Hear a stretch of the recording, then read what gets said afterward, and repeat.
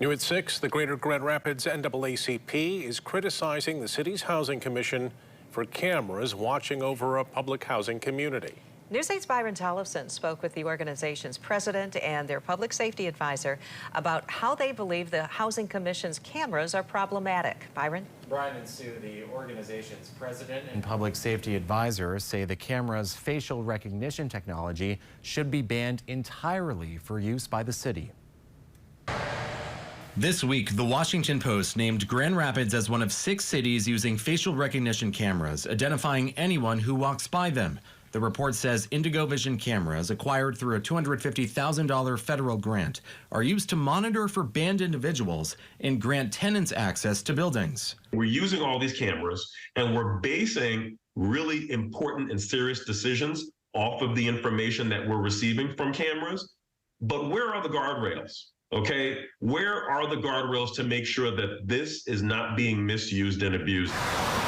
On Wednesday, Housing Commission Executive Director Lindsay Reams denied the report, telling News 8, although cameras at Adams Park Apartments can have the ability to recognize faces, they currently do not have the necessary software for facial recognition. Reams added these capabilities would be available if they added that software, but Reams insisted they do not plan on using facial recognition in the future because they don't believe it's necessary.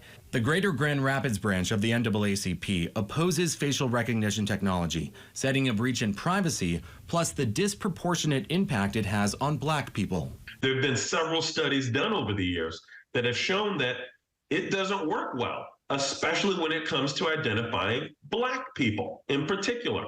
Facial recognition technology is notorious for misidentifying Black people. While Reams insisted yesterday they won't use facial recognition, Greater Grand Rapids NAACP President Clee Jackson says the Housing Commission needs to have a written policy in place stating that. We have to be very careful when we are using these types of surveillance tools to address tenant violations and evictions. So does Carlton Mayers, the special advisor for public safety for the NAACP. He says the city should entirely ban any of its departments from using it. I do believe having a policy in place that prohibits facial recognition technology, so that way the statement that was provided by Grand Rapids Housing Commission, Public Housing Commission, is actually accurate, that we are not going to use this technology. Mayers worries if that doesn't happen, it could be used in the future. Even though they may not be okay with using facial recognition technology, they're not going to be in that role forever.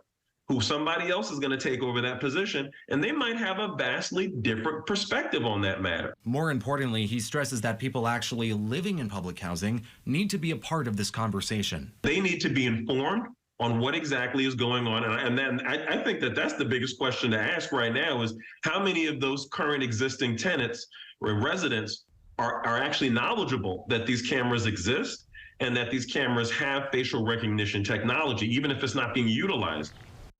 The Housing Commission Executive Director sent a statement to the Washington Post today claiming that when they originally told the paper they would use facial recognition, they were still in the process of installing the cameras. Now, at this point, they say they have no plans to use that technology. We'll see if they write a specific policy against it like the NAACP is calling for.